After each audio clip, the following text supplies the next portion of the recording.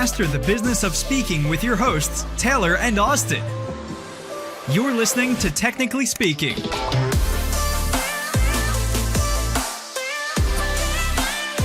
Welcome to another episode of Technically Speaking. We're your hosts, Taylor and Austin, and in today's episode, we're talking about the mechanics of a growing speaking business. And we've invited on the show a dear friend of ours, a member of the NSA, and someone that we've worked with closely, Glen Guyton. Now, Glen is a leading cultural competency speaker, diversity and inclusion, and he helps organizations become more culturally competent and has been working on growing his speaking business over the last 4 years. We talk about what the journey has been like from starting his business in 2017 to now. We talk about the trials, the tribulations, the successes of a growing speaking business. Now, if you're listening to this, just know that you're not alone. Growing a business is hard work, but the rewards are brilliant. As always, stick around to the end for all of the resources, and we really hope you like this one. All right, and we are live. Glen, welcome to the show. It's great to have you. Thank you. It's great to be here. Good to see you all in person, virtually. Yeah, that's kind of the normal today. And for those of you that are listening, you can't see Glen's awesome psychedelic purple and pink background. It's very speaker flow-esque. It makes me very happy. So yeah, we might have to get that download file from you. Seriously, that's a real background. That's an authentic background. No, wow, look at that! Really? So you just have a backdrop back there? Yeah. I'm a that's professional. Beautiful. So I don't make dependent on the. You hear that, folks? No virtual backgrounds in Glen's house. None. Not okay. Cool. So, Glen, one of the ways we love to kick off the show is just to learn more about your background. I mean, we often find that there are just crazy experiences in life that get us ending up in the speaking industry, the thought leadership space. What was your journey like, and how did you get to where you're at today? Yeah, now that's a good question because I've been speaking a long time, and even growing up, being in high school, I was always selected to speak, at different events, for different engagements. Of course, I didn't get paid to do those things. Sure. And then even after, I got older and kind of moved through different leadership positions, and I would often speak and people would say, hey, can you come speak? And you may get a box of cookies or a candle or something like that to speak. And then around 2015, 2016, I was at an association meeting and I went to a seminar, and it was a young woman. Her name is Crystal Washington. She was there speaking and talking about her passion for speaking. And I was like, wow, that's what I want to do. And I always tell her that I stalked her, but not in a bad way. But I did. I went to like every seminar that she had the rest of that event. She gave me her contact information. I reached out to her and talked to her about the professional speaking business. And she told me to join NSA, the National Speaker Association.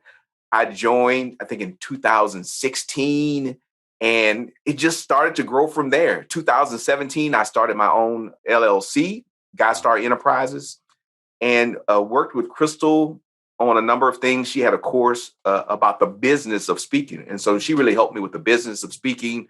I went to the NSA meetings and was just overwhelmed with all of these folks that were speaking and talking about the companies they worked with.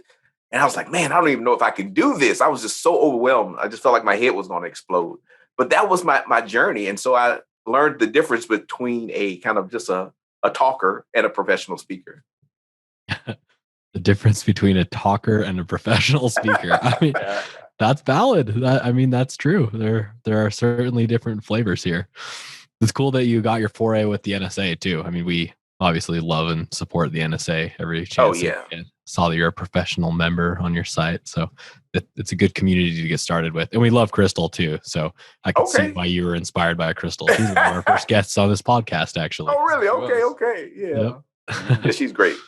Definitely. So how did you land on your topic? I mean, it sounded like you've been speaking for some time in the past, up until about 2015 before you're like, wow, like this can turn into a business. What was that progression like, trying to form the business, form the topic, get the ideas rolling, and then kind of segue that into the actual business side of things? Tell me about that journey.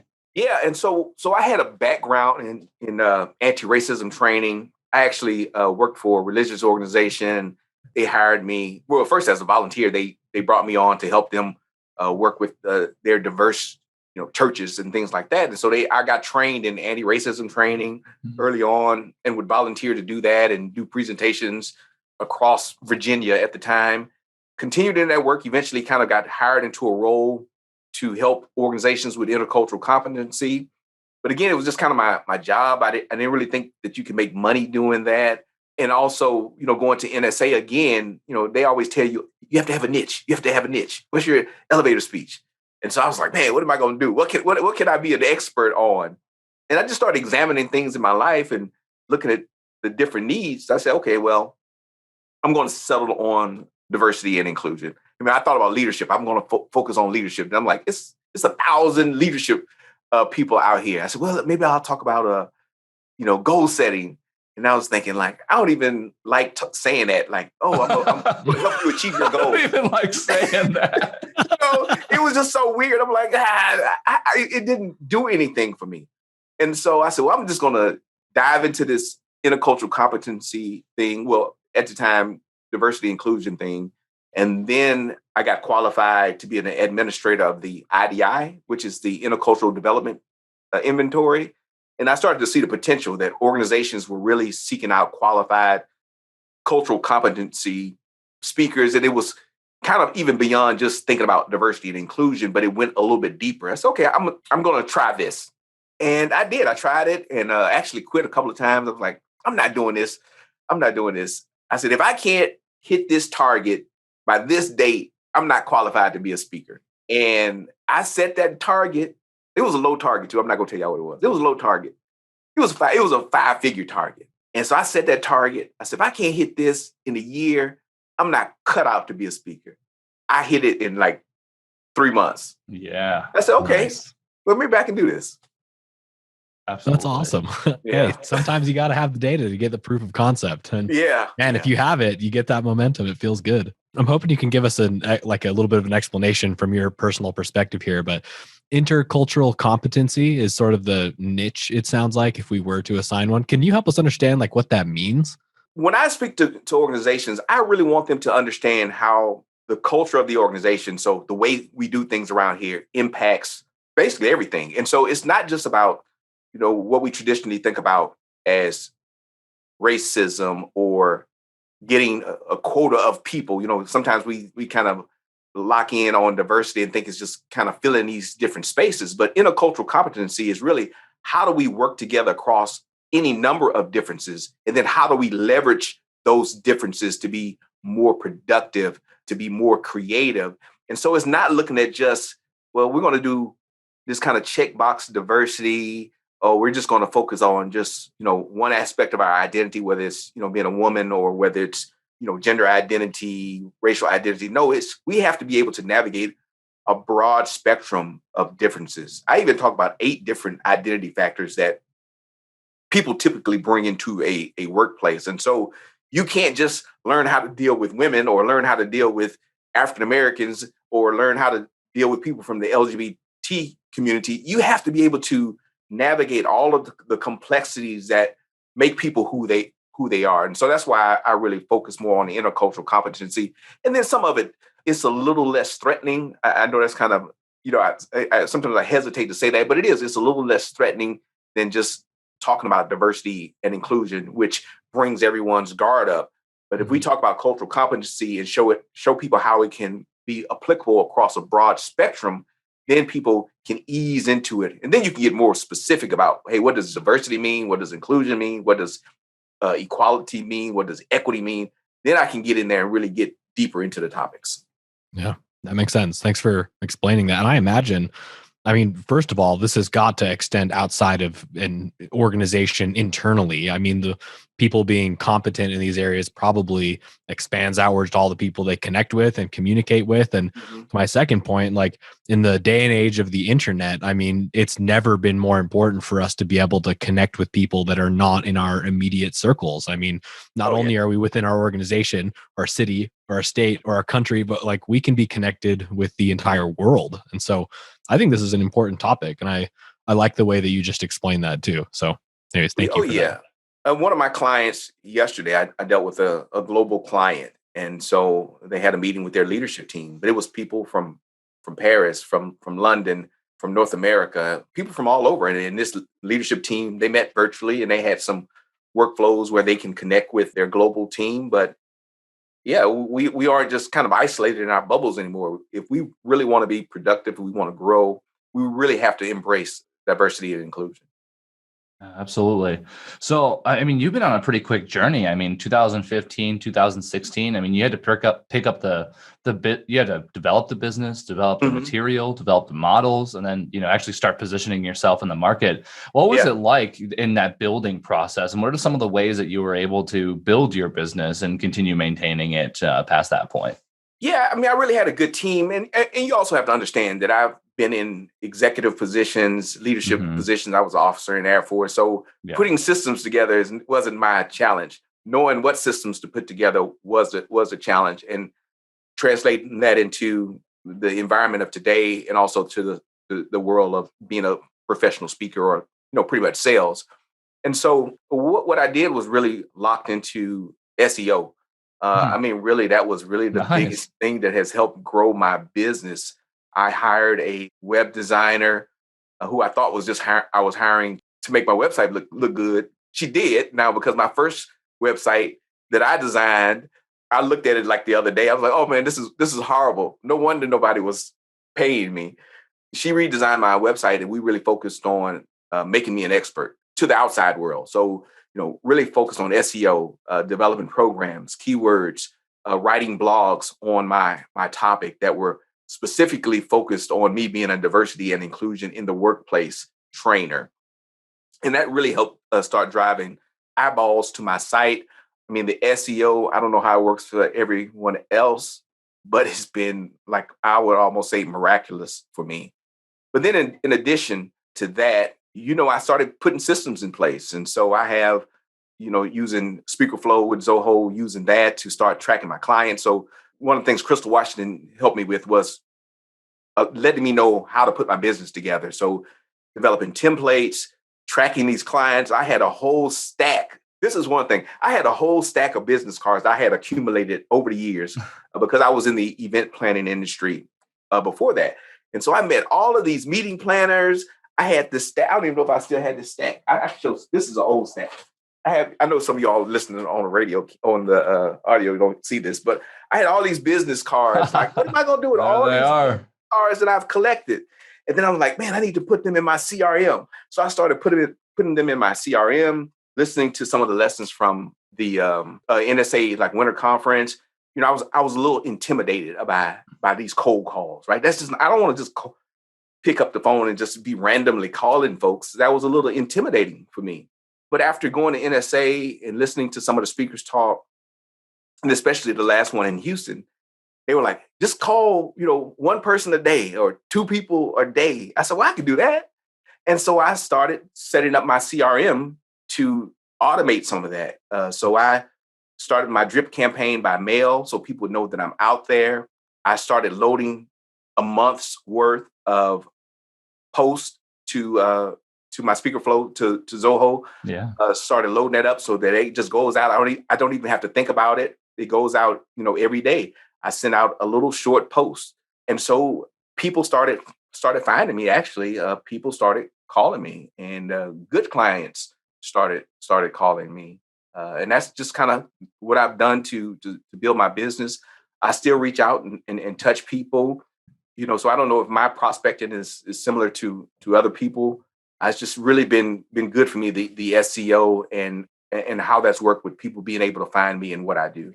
Yeah, absolutely. You're speaking my language, my friend. It's unfortunate though. I mean, a small fraction of speakers focus on SEO, but the biggest have it. So if you look from like a digital perspective of the best from the rest, almost always the best have really great SEO working for them. And let's define SEO just for our listeners who aren't familiar with the term. SEO is search engine optimization. It's basically optimizing your website for certain keywords like diversity and inclusion trainer, diversity and inclusion speaker, and all of the subcategories that come along with that. So you get the people who are actually searching for that when they're looking for it. I mean, the search Google is amazing because like someone will just they'll have an immediate need for a diversity and inclusion speaker, and then boop, there comes Glenn, and they're like, oh great, it's right in his title. I'm gonna click on that. Oh, his website's beautiful. Oh, his phone number's right there. Let me just give him a call. And made it easy for me. SEO is one of the most beautiful mechanisms for generating traffic and high quality leads, to your point, Glenn. But the one thing that stood out to me about what you've been talking about so far is even though you've had the SEO ball rolling, which is always great, you didn't give up on outbound. You still do a little bit of it to maintain it. And I love that you've struck a balance with developing some systems that allow you to maintain good traffic to your website to generate leads, but you also don't lose the component just solely relying on that one stream of lead flow. You've diversified your ability to find leads. And I think that's, I mean, correct me if I'm wrong, but contribute greatly to your visibility. Yeah, and I think so. And the other thing that I do is I call people back. Like you said, you know, you can have these websites, and I see people talking about, oh, I need my website to do this and do that, and like look like this and look like that. I said, no, you don't. You need your website to be functional. You need to look like a professional, but you also need to have a way for people to reach out and contact you. And then when they reach out and contact you, you need to reach out and touch them back. It's amazing to me when I email prospective clients back, they was like, oh, thank you for getting back to me so soon. That's right. I really, if I try to get back to emails the same day or at least within, you know, the next day. I don't try to be cute. I don't try to, you know, make it look like I'm so important I can't reach out and touch people. I do have some automated options, you know, where people can use a Calendly link to find me, but I also have an assistant that schedules things for me. And sometimes I give people an option, depending on where our relationship is in the sales process. You know, I'll say, hey, you know, just talk to my assistant, give us 3 dates. We'll follow up with you. If it's something that I've, you know, maybe, you know, we've had a number of meetings or we just need to do something really quickly, I'll just send them a Calendly link and then they'll reach out to me that way. But I do think that, you know, you can automate and SEO all you want, but you still have to reach out and touch people in this business. Oh, man. I hope everybody's listening to what you just said, because that is so true. The thing that we cannot forget is that this business, really any high ticket business, is not about the transaction. It's about the relationship. Yes. And you have to be a person working with another person. And if it doesn't feel like that on both sides, then it's going to go askew. I'm going to give Taylor some credit here for a minute. He says all the time that the lifetime value of a relationship is always greater than that of a client. Yeah. And I think that what you're saying right now speaks to that, which is that when people reach out to you, you go and talk to them and do your due diligence to have the conversation necessary for something to become of it. Because if we think that we're going to build a website and then just sit back and money's going to start coming through the door, it's totally a mistake. That's not the end of the journey. Yeah. You actually got to use it, make those posts and do that optimization. Yep. And that CRM, I'm telling you, hey, you know, when Taylor, I don't know if I talked to you when I first got into back in the day. Flow. I was like, man, I don't know if I want to spend this money, but I'm going to spend this money because I'm serious. I was at that point, I'm serious. Like I had hit my target and then, you know, the next year I hit my target again. I said, okay, I'm ready to go to the next level. I said, so I'm going to get to CRM. And so it's almost fun to me. Like some stuff is frustrating about it. Like when you're first setting it up. Sure. You all did a good job of helping me set it up though. But like, you know, kind of knowing what you want to do, but like using like some of the tracking features. So like when you initially contract with a client or contact the client and then going through that little sales process, it's like so fun for me now, right? Yeah. Even when I lose business, okay, well, I lost this contract, so I lost X amount of dollars, but I know I still have X amount of dollars in this funnel going on. So it's just, I don't know, it's just such a different place now when you start using the tools, understanding this is a business, and even in the rejection, you know. So one of the things I learned from my clients, I lost almost a 6-figure deal, right? Like a year ago. It was like a 6-figure deal. I just wasn't prepared. I was like tired. I just didn't have my systems clicking. And I lost it. I was devastated. I was like, man, this is horrible. I said, this was my ticket. This was my big contract. And I lost it. I said, well, if I can lose $100,000, I can make $100,000. And so I worked on all the things that I knew I did wrong with that client. I developed my systems. I developed this online course. I know we're not talking about it now, but I developed this online course because of me missing out on this opportunity. And the next year, I got another contract that was equivalent to what I had lost. That was actually more than what I had lost. Wow. Oh, man. Glenn, you are just a star, my friend. Like, it's so many things I want to highlight here. Like, I think with any technology transition, it's frustrating. You have to learn a new tool. You got to figure out how it works. Every tool has their isms, the way it was designed, because engineers are engineers and people who use it are very different than that. And you overcome all of that. But eventually, like you said, it becomes fun because now you just have a standard way of doing things. It's not hard. You know how to do it all. And you're maintaining that, which is giving you data to be able to continue growing your business. But the other thing you mentioned was about losing deals. And so even if you lost a deal, you would fix it. And like, it's cool because like when you put it in lost, it says like, well, why did you win this deal, or why did you lose the deal? So you can reflect on it. But most people, they'll just put in some garbage about why they lost the deal, and they won't actually reflect and make an effort to go back and fix whatever. Like, you used it as the tool to tell you what you were doing wrong, to fix it, to go back and now land more of those contracts in the future. I mean, that's incredible. Hats off to you, sir.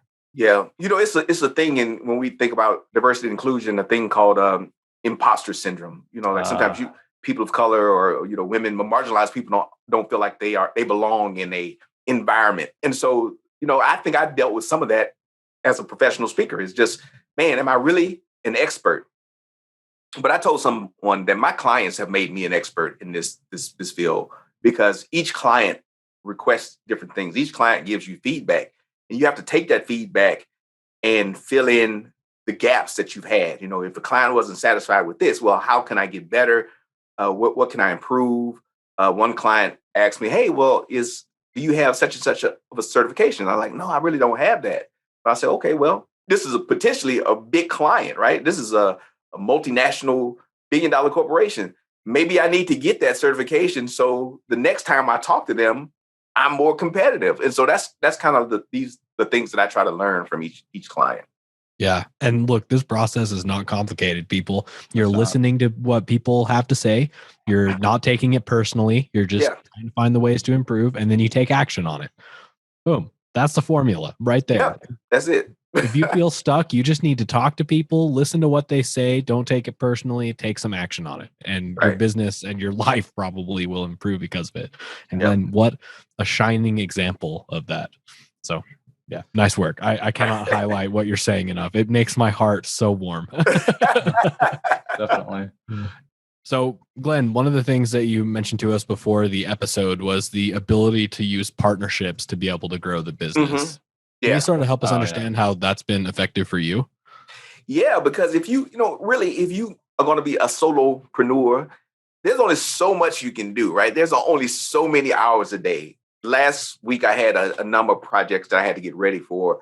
I had to get up at 4:30 a.m., and I was working till 5. So I was working basically, 12-hour days to just try to fit everything in and then still pay attention to my wife and my family. I don't want to lose them to make money. So what I started doing was trying to think, well, who can help me? Like, what are my skills? And then where can I bring other people in? And so I've actually, intentionally reached out to either other speakers. So sometimes I may refer business to other people, but I have a number of consultants that I can call now if I have a project that's too big for me. And so I have a recurring client right now that I've gotten who's taken 2 days a month from February to April, right? So, and I have other stuff I have to do, so it's 2 days a month are gone. And so I had another prospective client looking for a big pitch. And so I called up another consultant. I say, hey, you're really good at, this organizational theory. Another person is a curriculum specialist. This person also has their own admin assistant team. I say, hey, would you all like to partner together on this project? And then especially in my line of work, it's a young white woman, another millennial white guy, another Gen X African-American woman, and me. And so we're pitching to a company that wants to talk about diversity and inclusion. And there you go. I have a diverse team of people. Going back to my course, Leadership Diversified, it's me and it's another white guy that brings in another level of expertise. But again, it's also modeling some diversity. And so I think that's important, especially if clients are looking for some diversity in the work that they do. You can tap into relationships that you have and you lay out things however you want to lay them out. There are a number of different options for you to do that, whether it's on commission, or whether it's just hey, you get your fee, I get my fee, and we go our separate ways. But that partnership really extends our capacity. I've actually built in a specific pitch that I'm going to do. I said, hey, we've worked together on this right now. Any one of you can pitch this to any one of your clients. We already know the fee structure. If you get it, then we'll give you a little bit extra. And if I get it, I'll get a little bit extra. But we already have this wonderful program developed. Let's just use it, and all of us can grow, and all of us can benefit. Man, I love that. I love throughout this entire episode too. Like you've just mentioned, like almost right from the get-go, hiring somebody, like with your website, right? You knew that wasn't your strong suit. So you found somebody. You got a VA or an assistant to help you. You got that. You got people around you to help facilitate larger deals, so you don't have to bear all that weight by yourself. Right. I think it's a big differentiator between some of the speakers out there who are solopreneurs and the ones that aren't. Is if they're looking for that revenue goal, right? That $250,000, that $500,000, that 3/4, that full million. Your team just has to become larger, more diverse, strong, and you're just on a warpath to do that.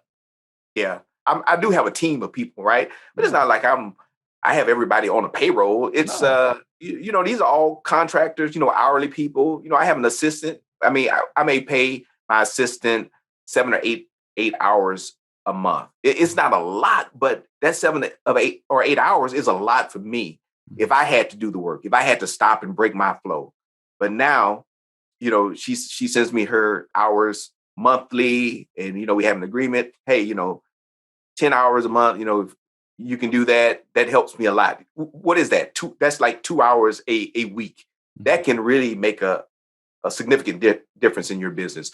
My SEO person, I basically contract them 2 hours a month. I mean, it's kind of like a retainer, right? So they constantly monitor things. And if something happens, like my host went down for some reason, or my host shifted my website and crashed my website for like a day, which was a lot for me, right? Because the day after my website came up, I got a full fee prospective client that I signed. So I'm thinking like one day, and I wound up paying my designer, I'll say like $600 to do all this troubleshooting. I mean, she was on the phone calling the host people, figuring out what's going on, and telling me about mirroring and all this other stuff that I don't care about. But she did all that stuff, and I happily paid her the $600. And I know it sounds like a lot, because I was just like on this other side of this 12 months ago, when I would have thought, man, that's a whole lot of money. Yeah. But that $600 kept me from losing 10 times that much with another client. That's how I think about these things now. And I don't know who listens to your podcast, and right now I probably sound like a diva. Oh, he just paid $600. But I understand, because 24 months ago I wasn't there. I wasn't in that mentality. But if you want to shift your business, you really have to start thinking about, where can I start utilizing my time to do something else? That 10 hours a month doesn't seem like a lot, but it does, because it takes me some time to write a blog. It takes me some time to think about all of the posts that I'm going to put up on social media. And so if I had to spend 10 hours calling people, or doing my contracts, or figuring out how to follow up with people, calling them 3 times to find out, set up one meeting, I wouldn't have time to do the revenue generating things. And I've even, so some of you all, if you have families, I even pay my daughter now. My daughter actually designs all my social media posts. And I pay her too, because I want her to know there's some value in this. So my daughter does it. I tell her what I want to do, and she, she's creative like that. I mean, she's 20 years old, but she designs those things for me, and she lays them all out. That just saves me time. And I pay her because I want her to understand too the value of her time, that I value her for doing this work. For sure. I love that. There's that old adage that says, if you want to go fast, go alone. If you want to go far, go together. Yeah. And it seems like you're finding that to be true. And it makes sense. You got to prioritize, right? Then if you're the expert, then your time is valuable, and you should be spending it doing the thing that's most valuable for your clients and for your business. And designing social media posts doesn't qualify for that. You can find somebody else to do that. You give them the ideas and let them do it, Yep. So Yeah, it's a mindset thing. And I'm glad that you've illustrated the way that you look at this. I think it's important for people to hear. Absolutely. So, Glenn, this has been an awesome episode. Thank you so much for sharing your journey with us, sharing your insights. I mean, singing the good word about, how to grow a good business. Yeah. And, as you know, we're all about creating value for our audience. What are some of the things that you're working on right now that everyone can benefit from?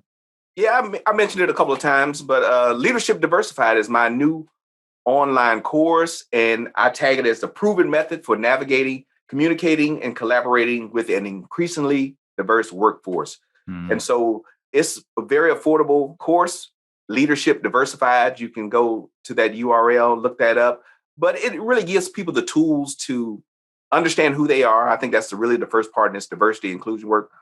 Who are you? Where do you want to go? And then how do you start communicating with people that are different from you? How do you collaborate and build better teams? And so if you want to be a better leader, if you want to enhance your strengths, I think this course is really good for self-reflection. Even if you are a speaker and you're trying to figure out how to navigate and communicate with different clients, I think this course could be of some value. So check it out, leadershipdiversified.com.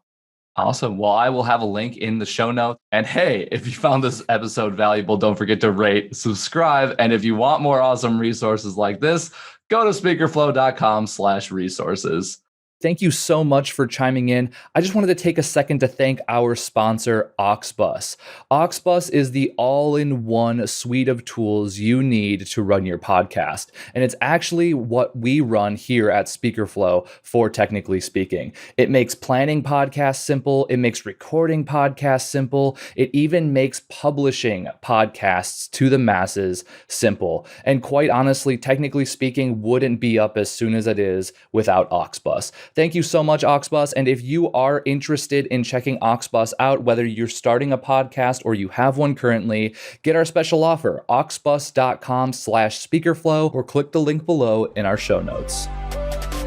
Thanks for tuning in today. Check the show notes for more info and see you next time. Later.